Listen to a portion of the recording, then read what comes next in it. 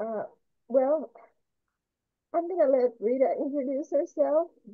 We've known each other for what, 20 years at least. And she's always been involved in environmental causes with various groups, nonprofit groups, I should say. And uh, between Rita's lobbying are you considered a lobbyist, Rita? Yes. Mm-hmm. Mm-hmm. Okay. So she goes to all the endless hours of legislative sessions in Austin, and I think that alone, I mean, definitely you're going to heaven, hon. But uh, between Rita and her husband David, who works for the Sierra Club, they are a powerful team, I think. Um, and we are indebted to them for all that they do. So, Rita, would you like to add to that? Well, thanks, Grace. That was very nice. I appreciate that. Um, so some of you know me, some of you don't. My name's Rita Beving. I work with Public Citizen and have since before 2009. And I've also worked with Clean Water Action. And I've also uh, I was a long volunteer in the Dallas Sierra Club on the Lone Star Executive Committee, and I even worked for the national office as a facilitator on a program nationwide for several years. Um, I got started lobbying probably around the year 2000 as a volunteer, going down to lobby days, and I know some of you have done that. And one day, Smitty turned to me, who used to be the director of public citizen. He said, Rita, why don't you just do this professionally?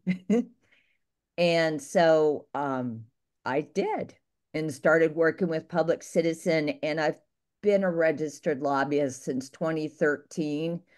As I tell people, I'm a white hat lobbyist. You can't pay me to represent issues I don't believe in.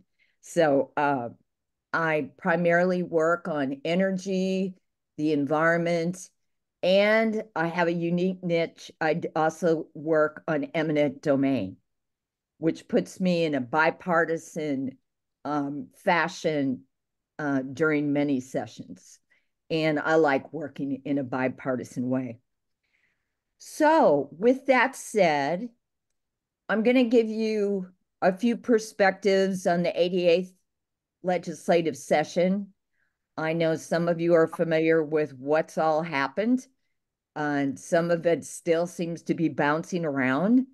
And I'm going to give you some ideas on, based on last session and the politics of what's happening right now with elections, what I see rolling up next session in 2025. So with that said, let's go to the next slide.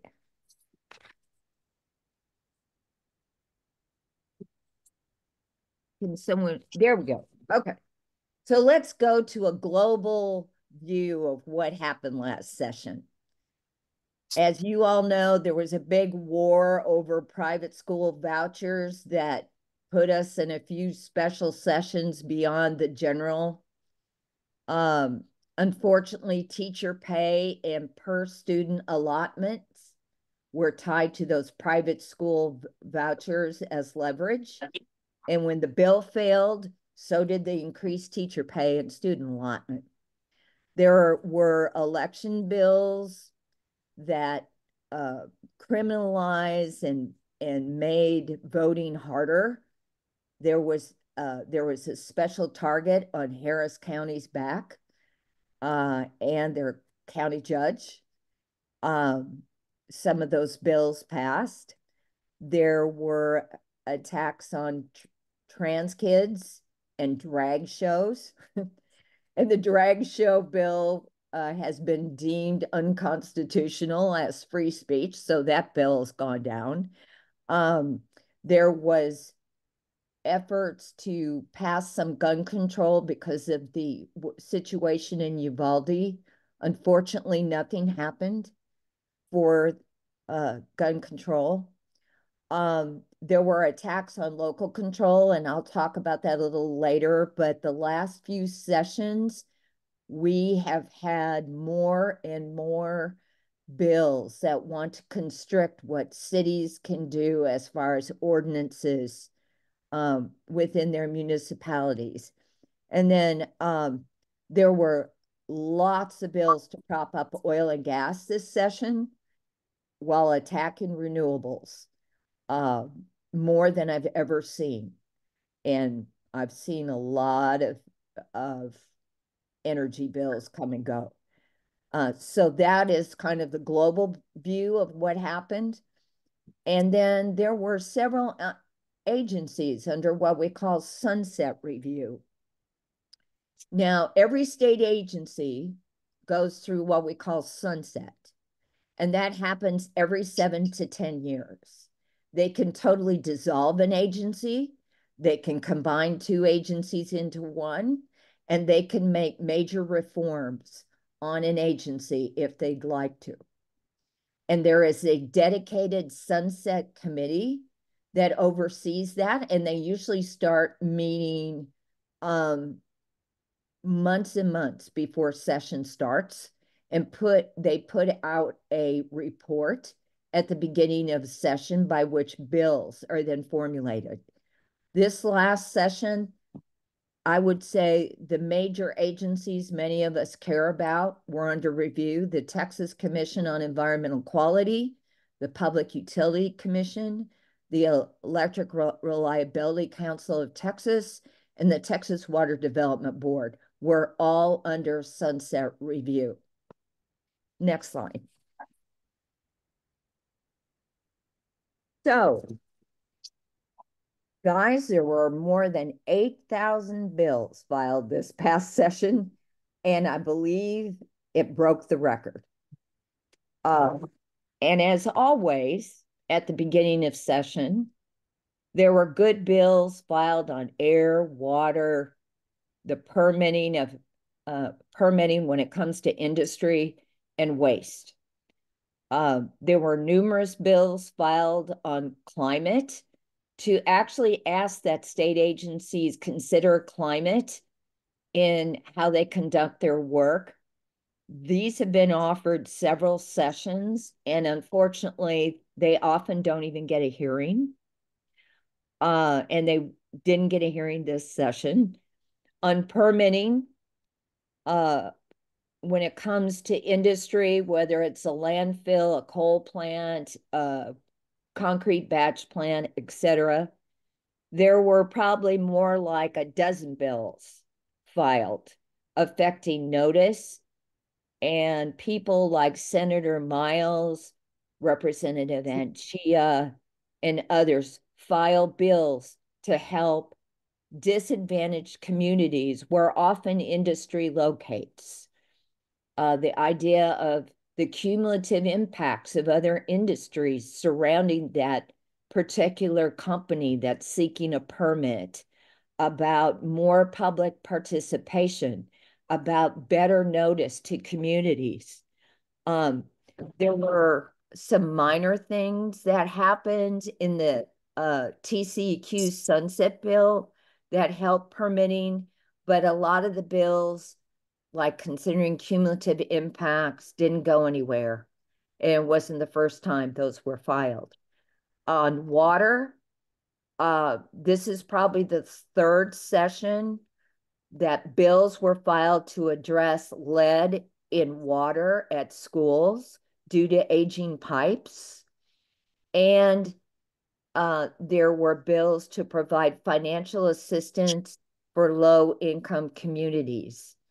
At least the financial assistance got some traction this year. There were 10 to 12 bills at least filed on concrete batch plants. For those of you who don't know, concrete batch plants put out particulate matter, formaldehyde, crystalline silicate, and other pollutants. They are often located in disadvantaged communities. And and often close to daycares and schools, etc.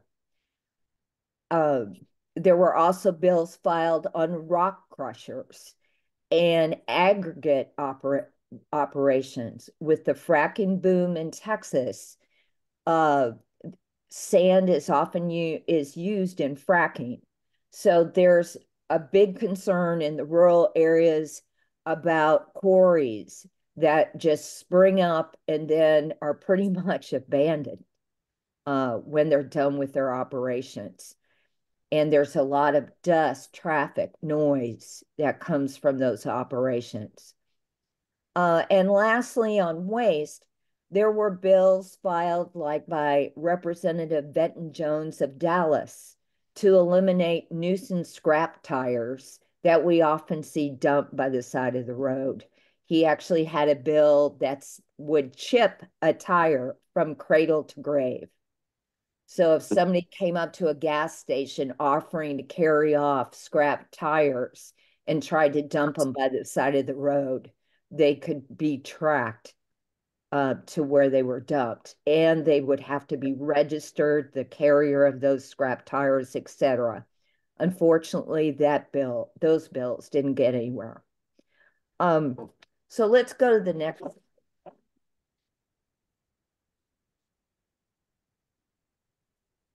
Oh, back it up one if you would, if you can. Back up one more. There we go. Okay.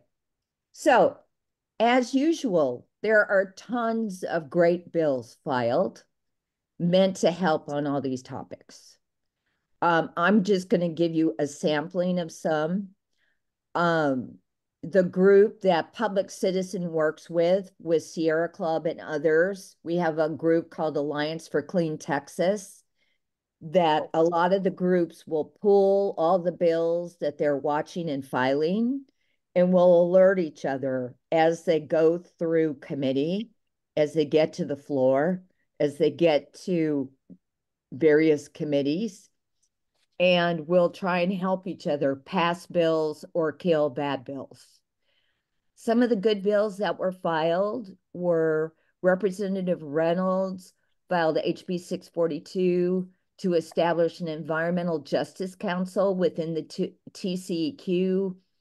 Representative Turner, someone you all know, filed a bill to require a hearing for drilling oil or gas wells, that if they were within 1,500 feet of a school, that would require a hearing. Representative Goodwin from Austin filed a bill that would really overhaul concrete batch plant permits with new criteria for having asphalt pads, not gravel, certain requirements for bag houses, certain hours for operation. They couldn't operate all night long, etc. That got a hearing, but it didn't move. Representative Zwiener is a real champion for the environment. She's from the Buda area, just south of Austin. She filed a bill that would require the monitoring of microplastics in rivers and streams. She also filed a bill that if you put in a rainwater harvesting system, that you would get a tax break. And she's filed bills for me on eminent domain to protect property rights. So she's a real champion down at the legislature. Representative Anchia is another. He often files bills on climate and on air issues. One of the bills he filed asked for the denial of a new source review air permit if it adversely affects a low-income area, and that cumulative effects of other facilities would be included. And for those of you who may not know what new source review is on an air permit, that is if you are a new company moving in with emissions that are significant, or you're a company, let's say you're a refinery and you're doing a major renovation to your operation, you should be required to get what we call new source review, which is a higher standard than a permit by rule. It means you have a lot more scrutiny on the permit, on the emission allowances, etc. Unfortunately, that bill didn't go where we'd like it to. Senator Menendez is a champion for the environment in the Senate. He had a bill to address lead pipes in drinking water at schools, with requiring schools to have an actual plan to test and remediate lead if it was found in drinking water. This is not the first session he has offered this. Gervin Hawkins also has filed these kind of bills. Nicole Collier in Fort Worth has filed these kinds of bills. I don't know why they're not getting traction. You'd think everyone would want to make sure that we don't have old pipes running into our schools and contaminating drinking water. Representative Senator Miles, rather, is one of my heroes in the Senate. He is consistently standing up for disadvantaged communities. The bill he filed regarding cumulative impacts to be considered on permits, he has filed year in and year out, and he's not given up. He's been in the Senate well over a decade. He's from Houston. Now, I will give Senator Schwertner from Georgetown some credit. He actually filed a bill for, you've got temporary concrete batch plants and you have standard concrete batch plants. He wanted to narrow their licensing or their permitting to, instead of it being renewed for 10 years at a time, down to 6. This got all the way up to the governor's desk, and Abbott vetoed it. It's too bad. That was the only concrete bill that got near Abbott's desk. Okay, so that's a sampling of some of the good bills. We were probably tracking at least 200 good bills down at the legislature last session. Go to the next slide, please. So let's talk about bad bills that failed. A lot of our time at the legislature almost seems like we're on defense more than we are on offense. We are running around the building trying to kill bad bills. And I am going to give total credit to Cyrus Reed from the Sierra Club as one of the best and most well-liked lobbyists on the environmental side in the building. Cyrus is tireless. He can talk legislators into tweaking language like nobody else can, and actually render some bills moot. And I'll point that out in a minute.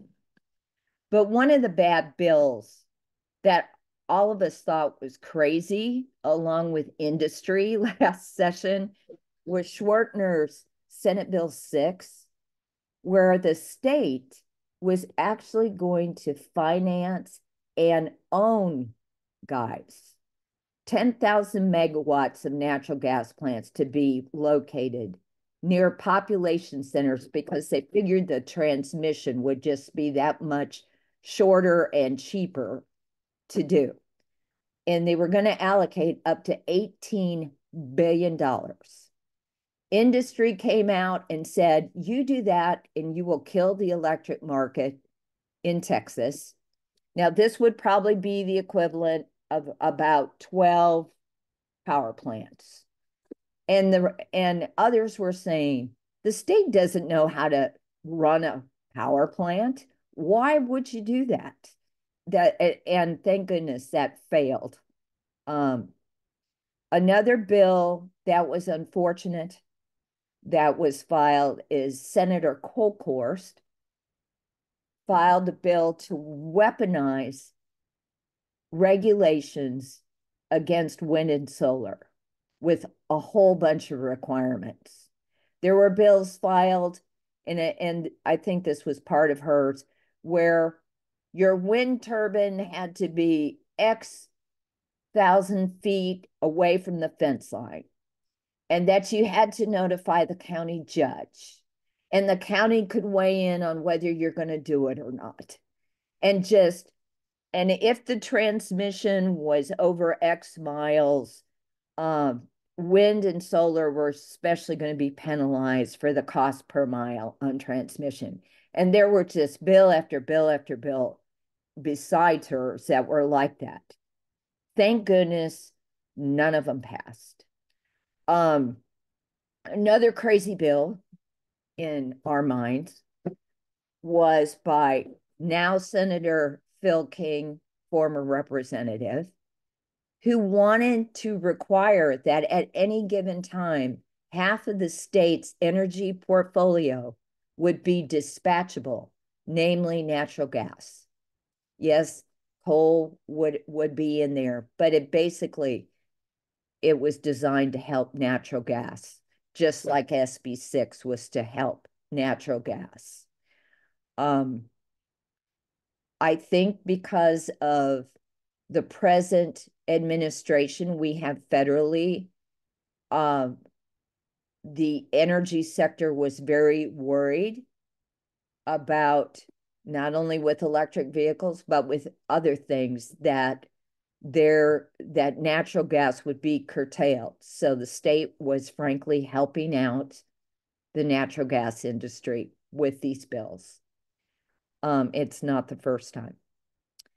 Now, not only do we try and kill bad bills, but we also try to make them moot if we think they're going to pass. One such bill filed by Senator Hughes out of Mineola was a bill to kill all the climate plants across the state and have a chilling effect on any city thinking about constructing or developing a climate plan. What stemmed this was the city of El Paso put a climate charter to a vote in, I believe it was the summer of 2022. And the oil and gas industry rather went apoplectic about it. They spent millions to kill it and did so successfully. And so this bill came up because of that charter amendment or that charter vote out in El Paso. Well, we made sure that it only applied to a charter vote, but not an ordinance. For instance, the city of Dallas passed the development of their climate plan through an ordinance.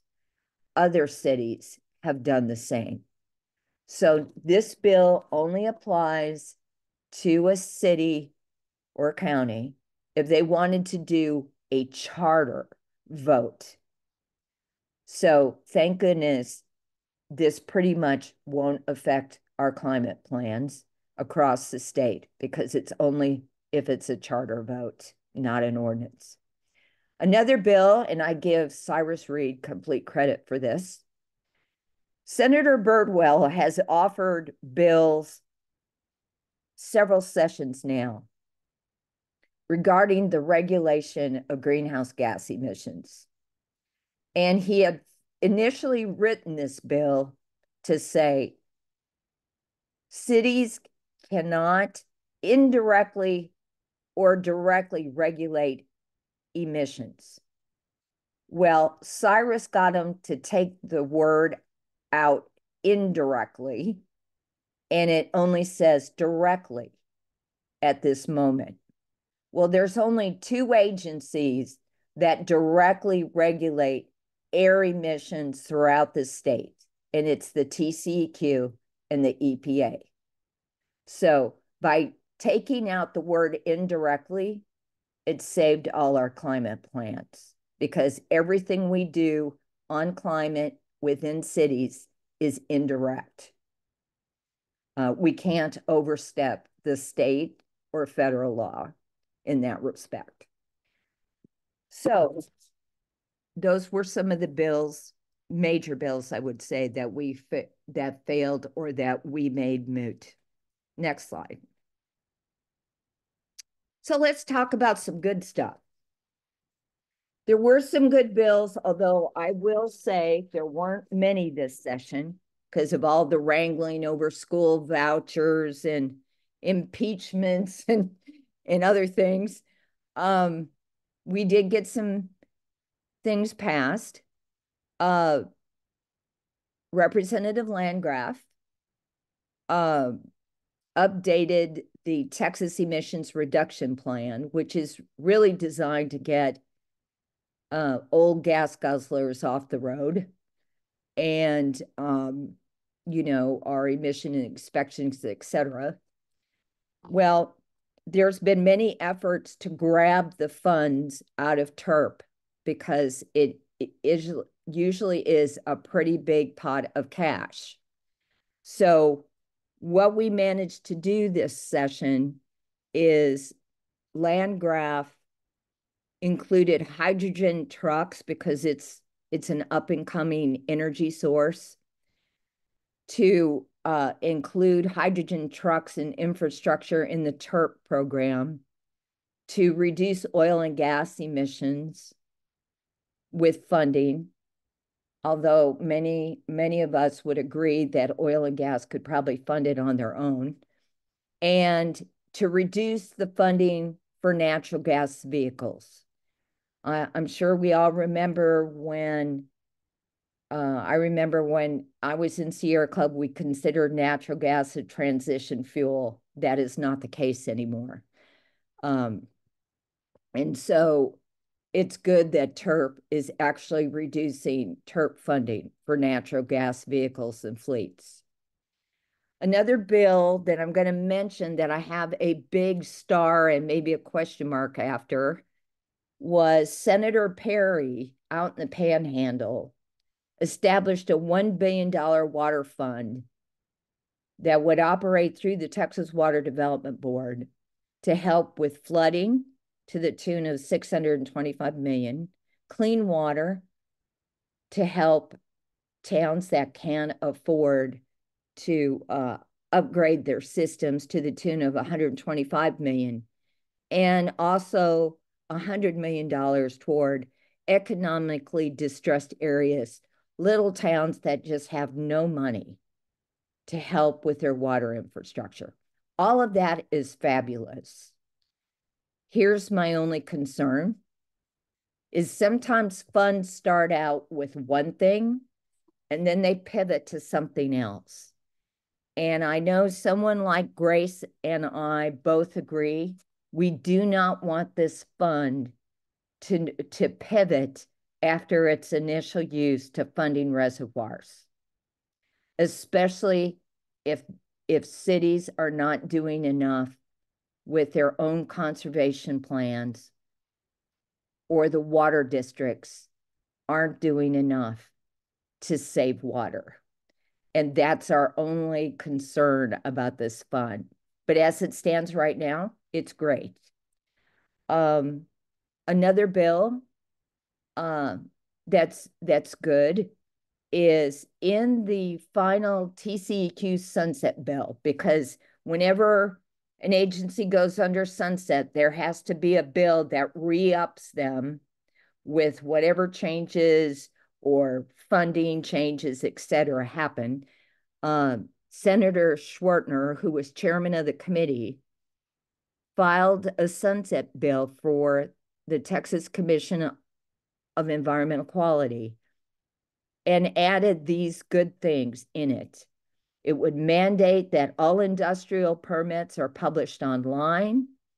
It would extend public comment after a hearing regarding a permit to 36 hours. It would require any state rep or senator to be notified of a permit of an industrial facility that's coming into their district.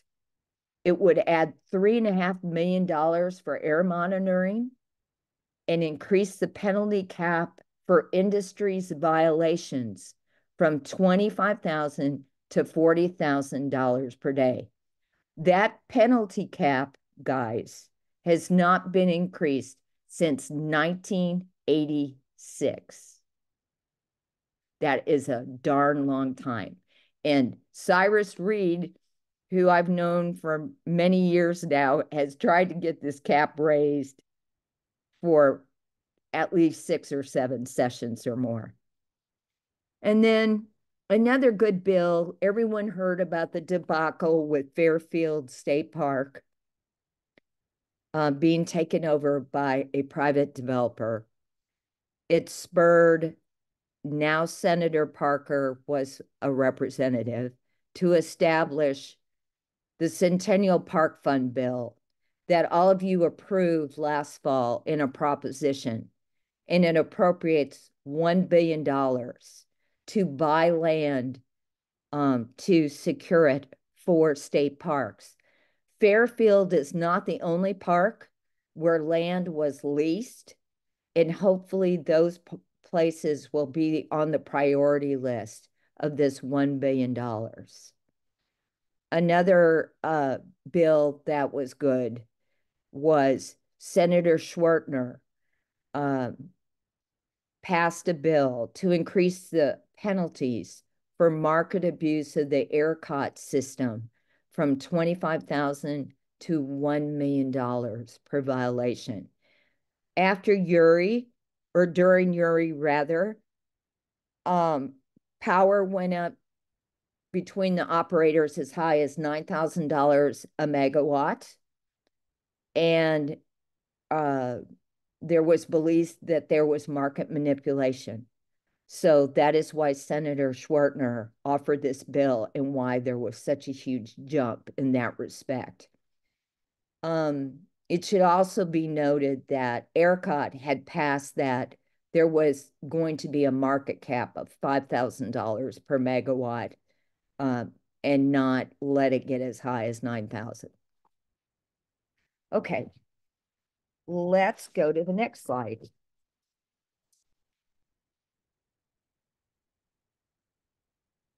All right. So there were some really bad bills that passed that Governor Abbott signed. When it comes to the governor, he can either sign bills as they come to his desk, or if they are not signed by early June, they just automatically become law. These are bills that Abbott approved that I think have negative effects more than a lot of other bills. HB 5 by Representative Hunter in Corpus Christi, there was a program called Chapter 313. And the program was originally designed to lure new industry, new business to Texas. And what the program does, it allows different districts to give discounts or as long as 10 years in school tax abatements to the tune of millions of dollars in those districts. Now, the problem was, and this expired right before session started, the original Chapter 313 program, is that instead of new business getting a bunch of these 313 abatements, it was going to existing companies like Cheniere, chemical companies, plastic companies, and other companies were taking advantage of these funds. So a lot of the money was not going to who it was originally designed for. Well, actually, in Hunter's bill, he basically re-upped the program, but he actually made it worse. instead of it going to Cheniere's moving to town and we're going to give you 10 years of tax abatement, now they've allowed it to, even if you're doing a major expansion or renovation in that town, that you can get these millions of dollars in tax abatements. So the bill is worse than what the original program was. And there's going to be a lot of dirty industry taking advantage of these programs. Another bad bill was by Representative Landgraf, HB 33. And this bill disallows state agencies from contracting with outside parties to assist in the compliance or enforcement of a federal agency rule. And I'm going to tell you about a recent rule that passed that this directly affects. Just recently, some of you are on my email list where I send out alerts and ask you to write letters or comment on different rules that the EPA puts out. Well, there have been new methane rules put out by the EPA requiring oil and gas to reduce their methane emissions. And one of the parts of the rules says that oil and gas companies or the state can hire third-party monitors to ensure that some of these sites that are in violation would be constantly monitored so they'd be forced to reduce their emissions. Representative Landgraf's law, it's now law that Abbott passed, would affect the methane rules that were just passed. It'll be interesting if there ends up being a lawsuit about this for what the state has passed in that respect. But that is what it's designed to do. It's designed to thwart new rules from the EPA regarding air and probably some areas that I don't work in. The next one I want to bring up is something you all, I think, have all read about if you read the paper. And to me, this is the #1 worst bill of all session by Representative Burrows. And this bill is a local control bill that basically denies cities from creating ordinances in more than 6 critical areas. And let me give you examples. Many cities have rules on payday lenders, ordinances in that regard. It would negate those ordinances. Some cities have rules against pet shops using puppy mills. It would negate those ordinances. Some cities have rules against strip clubs operating 24/7. It would negate those ordinances. I have often told people that I call this deregulation of business from the bottom up, because basically, if a city tries to regulate a business, or most businesses, short of public safety, it would kill those ordinances. The city of Houston were the champions against this bill during session. I happen to know the attorney working on this. Houston turned around after session and immediately filed suit. San Antonio, Austin, and some other cities filed amicus briefs. It was struck down in district court, but now it is up at the 3rd Court of Appeals. And the case should be heard sometime this spring or summer. But I talked to the attorney from Houston just last week, and she said that no cities have been threatened by the state yet regarding any of their ordinances, probably because the state's weighing how this all plays out. But if you're following that, that's where the case is. Another bill, which I thought was ludicrous and crazy, was filed by Representative Lopez. As everyone knows, the DFW area has been out of compliance with the Clean Air Act since the early 90s. And we used to, out at COG, I was on the committee to help with the TCEQ come up with ideas for our state implementation plans, which are basically plans to clean up the air quality. Well, even though our state agency has failed us and we're in severe for the 2008 air standard and now in serious for the 2015 air standard, Representative Lopez thinks we now need to factor in foreign emissions on our local air plans. And I find that interesting when we have a lot of local industry that we need to clean up besides our vehicles, et cetera. It just seems like, again, it's supposed to give industry a pass when we devise these air plans and cleaning up what they do locally. Senator Birdwell passed a bill that directly affected Dallas. It would deny cities and counties the ability to regulate an energy source or engine, another bad local control bill. This was aimed at Dallas for trying to come up with an ordinance to weed out gas-powered lawn equipment. It was also devised because about right before session started, there was talk on the TV that your natural gas stoves were going to be taken away on various media outlets.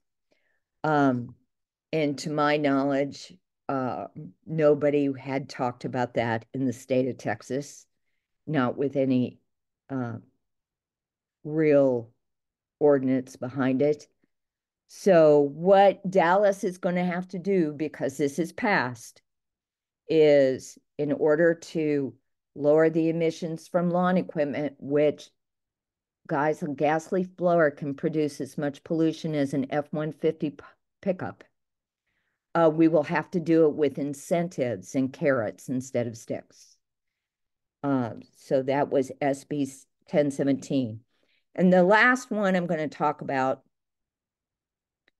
is Senator Springer, who just retired after session, passed one of the worst bills when it comes to permits in the state of Texas and complaints. It started out that if a citizen filed too many complaints with the TCEQ, you were going to get fined after X amount of complaints. He got so much pushback on that bill, he changed it to say, if there are too many repetitious complaints about a polluter, or it's hard to substantiate, or if a single complainant has filed 5 complaints within 7 years, the TCEQ can just ignore you. Now, you and I both know that when something happens at a plant, let's say there's an explosion or there's a big upset, you are probably not the only one in the neighborhood who's going to complain. And it needs immediate attention. What does it do to those situations?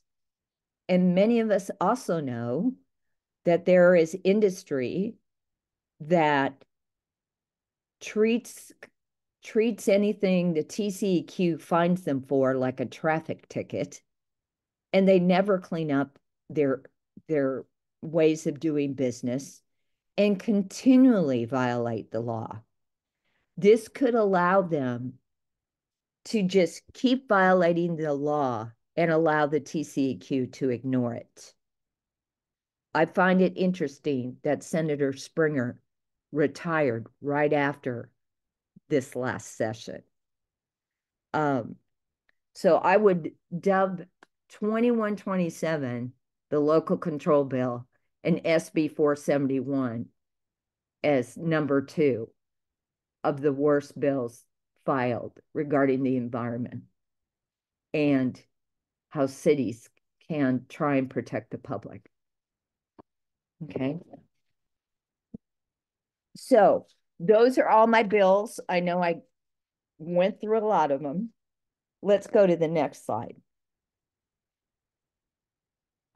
So what's going to happen next session? Well, based on last session, I think there's going to be more favors to oil and gas.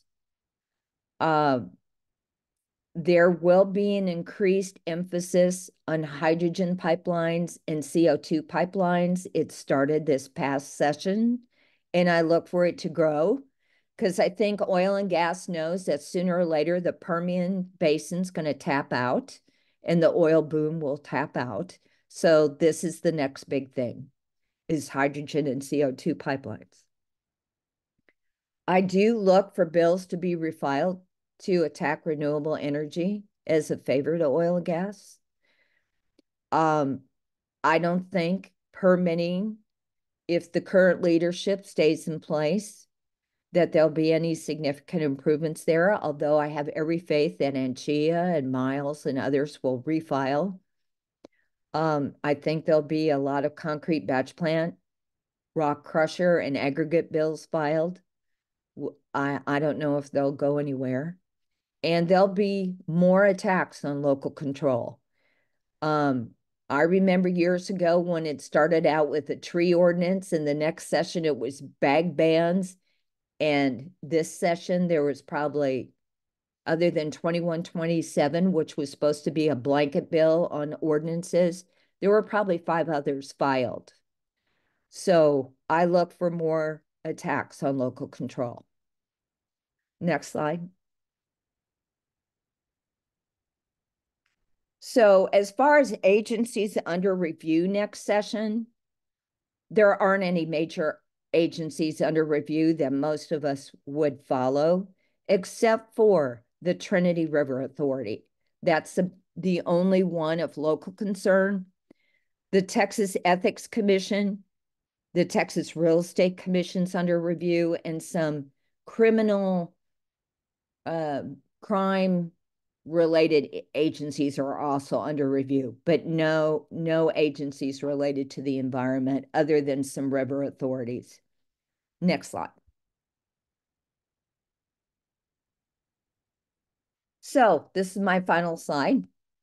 So yes, I do think our state officials have failed to protect our communities. There's a lot of good bills that were filed that weren't passed. Some didn't even get a hearing. There was more legislation to hurt the ability of our municipalities and our counties to pass common sense ordinances. There were bills that actually hurt citizens' ability on permits against harmful polluters. And so the May runoff's going to have major implications, guys, not just on school vouchers, but on everything. And I will tell you, the governor, this is well documented, has targeted 21 Republicans, namely, for defeat. He managed to get rid of 4 or 5 incumbents. There are a bunch in runoffs. And because he basically stated out loud he was targeting people, a bunch of moderates, Republicans retired. So stay tuned. Some of those local races are near us, like Representative Burns out in Claiborne, for one, who's a moderate. Just one last thing. There are many resources for y'all to track bills. I use capital.texas.gov religiously. You can track bills, create your own lists on that site. Every lobbyist uses it. It's where you go to read bills and follow them as they go through the legislative process. And I know some of you have joined my calls during legislative session. I have my own calls during session, usually starting late February or March, with a long list of bills that gets whittled down from 10 pages to like 2 by the end of session because of all of them falling off the cliff during various deadlines in session. So with that, I think I've reached the end of my presentation. I'm open for questions. Hopefully I can answer what you might ask. So, Okay, well, currently there are no questions in the chat. Does someone want to ask a question now? Okay, there is a few more coming in now, or a couple coming in now. Any concern about PFAs in Texas's water supplies, which is getting lots of questions? there is a concern about PFAs and Zwiener tried to address some of that, but it is a mounting problem. There is a study out by the Physicians for Social Responsibility that if you haven't seen it, it's a good read. It needs to be addressed. Nothing happened on it really this last session, but it definitely needs to be addressed. And I encourage y'all to Google that Physicians for Social Responsibility report because there's PFAs in fracking. Besides from coatings like on our Teflon pans, on Stainmaster carpet, et cetera, all getting into our water. And when I read skimmed the Physicians for Social Responsibility report, Dallas Water Utilities is above the limit for PFAS. So. Okay, they're coming in now, Rita. Okay. Were there any high points? Oh, the high points, it's always fun when you know Cyrus has gone into Birdwell's office or somebody's office and killed their bill with one word and the senator doesn't even know it's killed. I'm not sure Senator Bill Birdwell has figured that out yet, but we have. So those kind of things are kind of fun. Could you give an example of what you mean by killed it with one word? Well, when I was talking about the climate bill, when Birdwell said cities cannot directly or indirectly regulate greenhouse gas emissions. Cyrus got him to take out the word indirectly, and it says cities cannot directly regulate greenhouse emissions. Well, we don't. Only the TCEQ and EPA directly regulates any emissions because they execute out federal and state law. When we create an ordinance, let's say it was on lawn equipment, we are indirectly affecting air emissions, not directly. So one word taken out of that bill made his bill unenforceable because no city directly regulates air, only the EPA and TCEQ because they have designated authority. Okay, thank you. How do advocates of small government justify attacks on local control, or do they even bother? You know what I find amazing because I'm old enough to remember, and all of us hear this all the time regarding federal law, like let's take abortion, leave it to the states, right? Well, whatever happened to parties support that pledge they support local control when our state government is trying to take the local control away. Because if you're in a Gulf Coast community like Corpus, with what happens with being on the coast, they need to regulate some things differently than the city of Dallas or the city of Fort Worth does. Why wouldn't you want them, because of their unique geographic location, to be able to devise rules to protect the public? It's just insane. Let me tell you, on the HB 2127 bill that's called the Death Star bill, religious communities, Baptists, Catholics, everyone said payday lenders are sharks and they're making poor people poorer and devastating those households. Why are you doing this? We fought so hard to get rules on payday lenders, but yet that's what they passed. And Okay, why would you want to let a strip club run all night next to a residential area? Why is that necessary? You know, that is what's just outrageous about HB 2127. Okay, Grace said she attended a Water Resources Council meeting this morning and can update you on the PFAs briefly later. Okay, yes, I'd love to hear about it. Okay, and then are there any good bills in the making that we can get behind now and start working toward passage? Not yet. You know, bills can be filed almost immediately after the election this fall. And a lot of legislators refile bills that they're absolutely devoted to. And the committees aren't named, which can be key, who the committee chair is, because they can allow or disallow bills to even be heard, make a big difference. That's why Phelan's race down in Beaumont, who's Speaker of the House, is critical to see how that happens, because you can imagine Patrick is actually stumping for his opposition, and you could imagine the uproar that could be in the House and Senate next year with Abbott targeting and announcing the targets of moderates in his own party. So it's going to be interesting.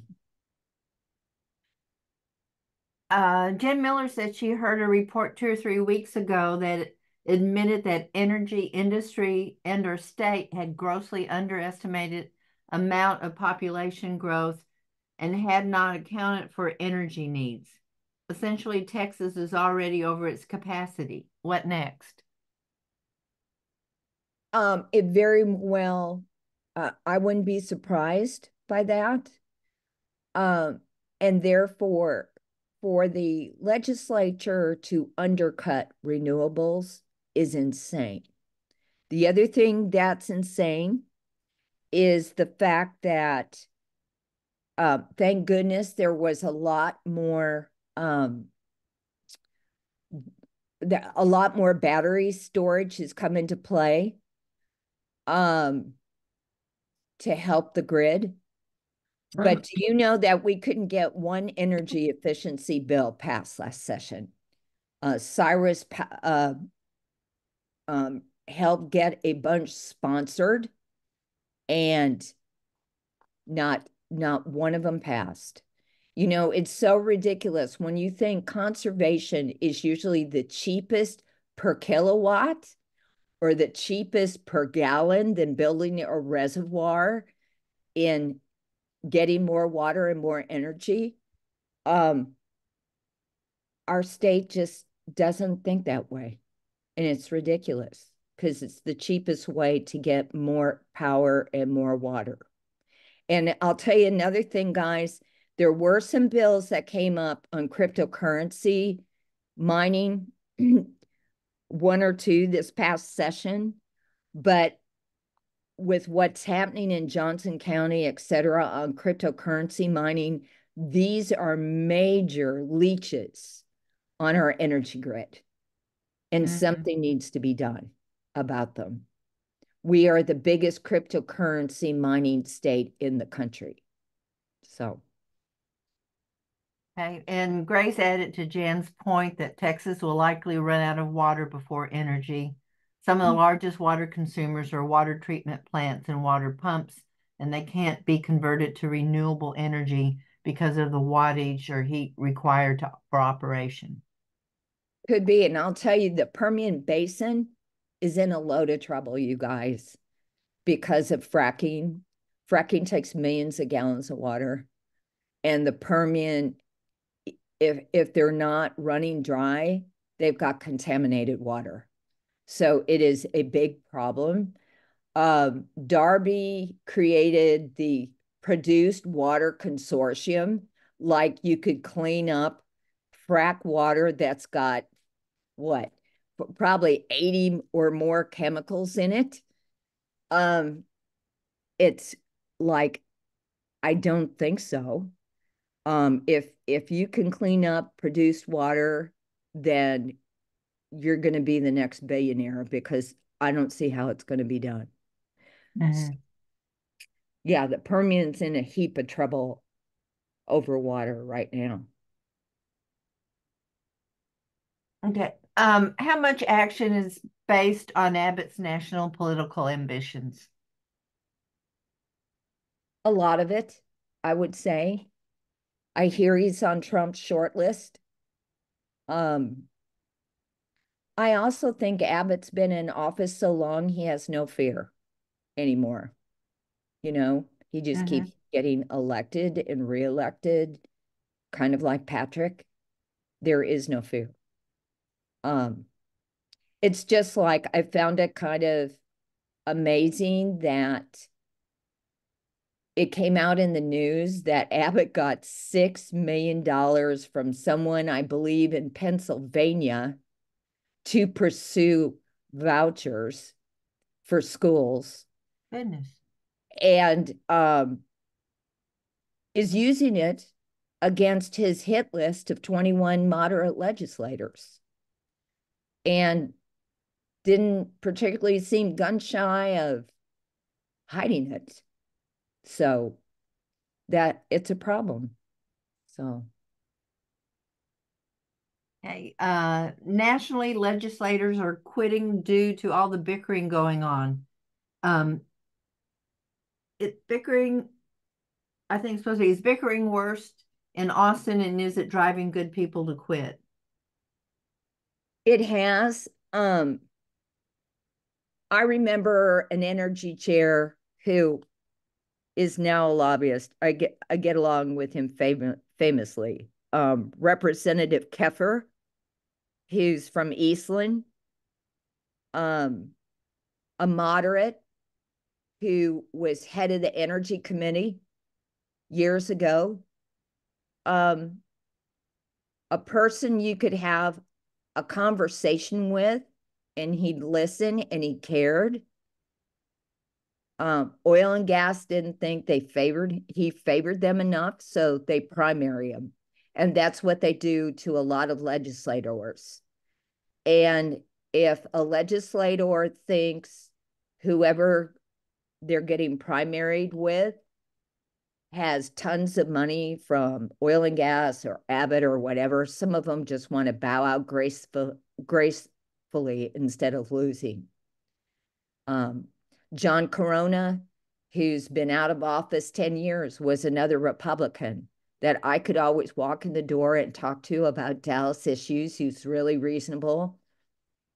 He was primaried. You know, it's just, that's what they threaten you with, is being primaried. Okay. Are there any, here's another question. With the Republicans eating their own, is there any less pressure on the Democrats?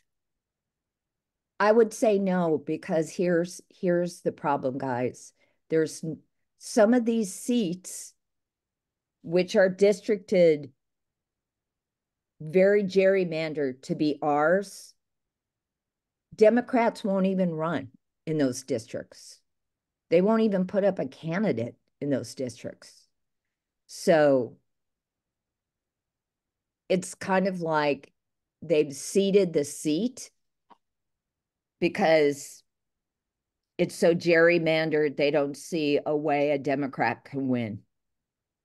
So I wouldn't say there's less pressure on Democrats. What's going to happen is we're going to have harder R's doing Abbott's bidding because they'll be beholden to him for campaign contributions or running ads through PACs against their primary opponents. In other words, either behave or you'll be gone. That kind of attitude.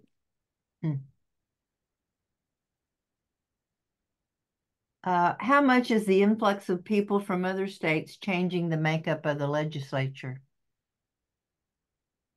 Well, obviously, you know, I just mentioned the guy from Pennsylvania who gave Abbott $6 million to get vouchers. How many special sessions did we have on vouchers? And how much money did that cost?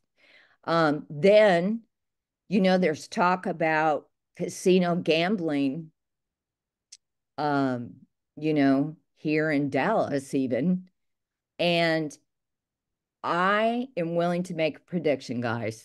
I bet casino gambling, there's a bill that comes up next session, and I bet it passes. You know why? Because I think there's some folks in Vegas outside of our state that are going to throw down some big dollars to get their way and get that passed. The building of the natural gas plants that you guys passed in a proposition last fall about the loans to build natural gas plants, that proposition was for Berkshire Hathaway. Berkshire Hathaway, during the testimony on the state underwriting loans last session, I was in the room.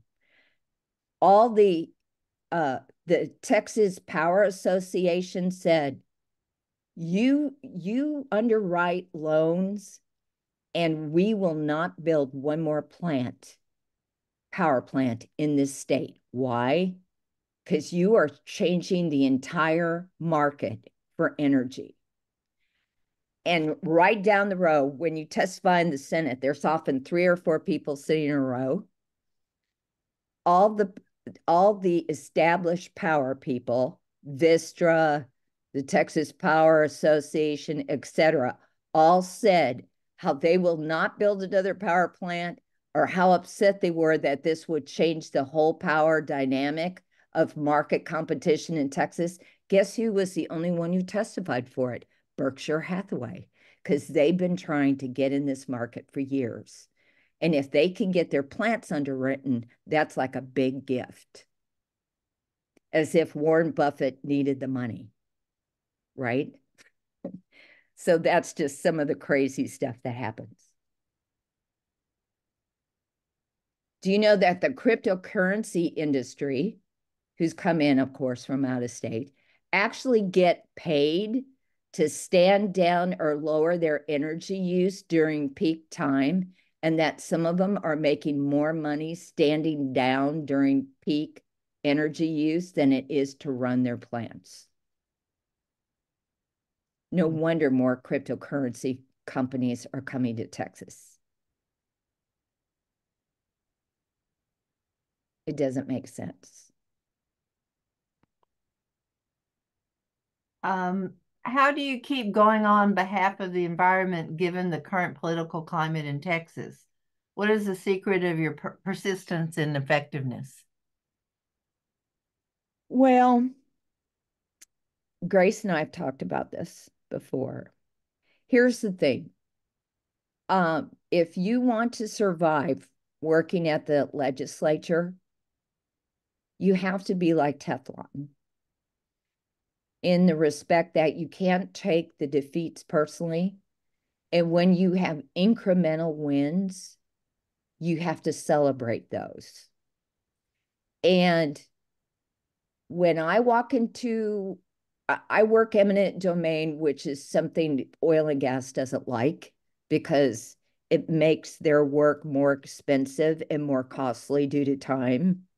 I see the same lobbyists in the room all the time. We're cordial to each other. We even joke around. But you know, one thing about, as I call it, being a white hat lobbyist, you know, I walk out of the building at the end of the day knowing I represent the public.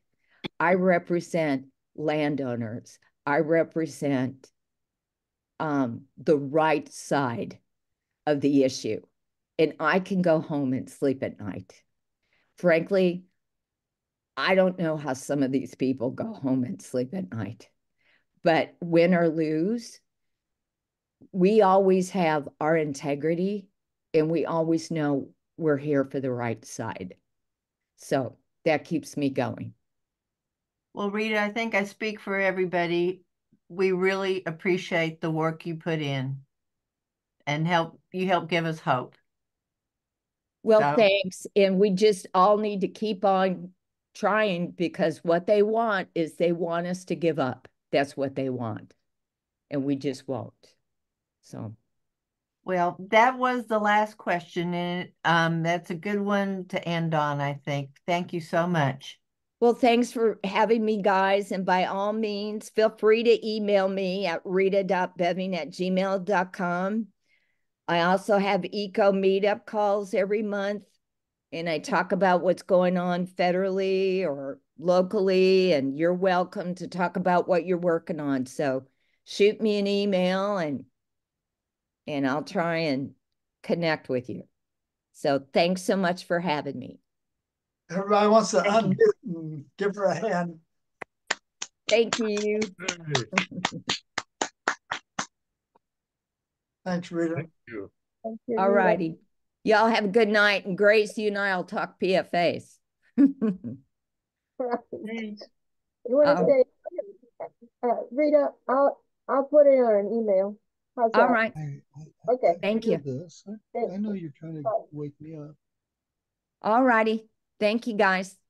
Thank you. All right. Good night. Good night. We're going to end the session. If you, we will post it on the website for ACC, the YouTube website. I should have put that link up. I'm sorry. Okay. Thanks. It should be up tomorrow or the next day. All right. Thank you.